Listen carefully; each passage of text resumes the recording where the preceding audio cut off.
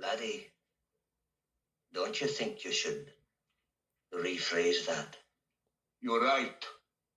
I should. I didn't mean to say that the Enterprise should be hauling garbage.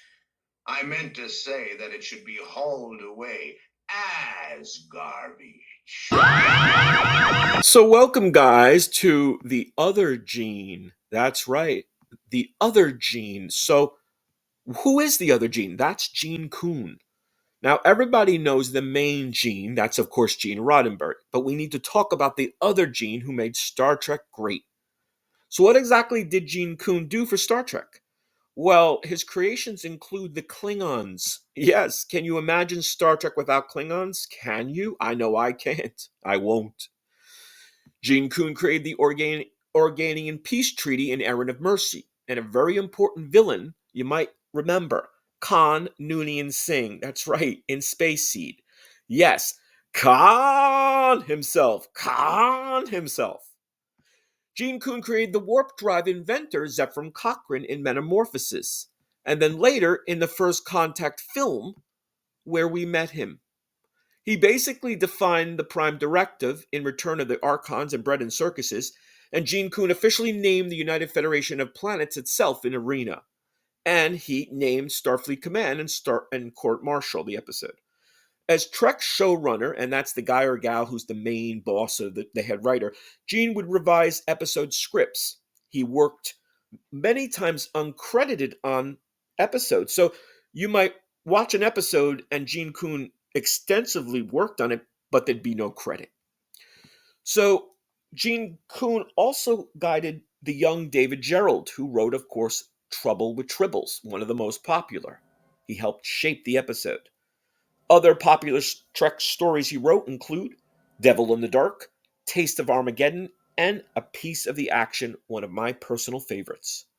Now, Gene is credited for much of the development of Trek's characters, so he might not have written an episode, for example, but he developed the character such that we saw Gene Coon's influence in it. And also, and this has to be mentioned, Gene Coon pretty much developed the humor and the bickering between Spock and McCoy. Bones and Spock, one of my favorite interactions. We have many in Star Trek. That's some of my favorite. So, now, did Star Trek stars and luminaries give Gene Coon credit? Yup. DC Fontana dedicated her novel of the Questor tapes to Gene Coon. Now, the Questor tapes was going to be a sci-fi television series, but it never went beyond pilot that Gene Roddenberry created and Gene Coon worked on.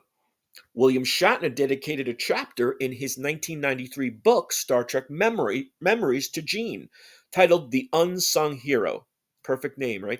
In which he attributed many aspects of Star Trek development to Gene Coon.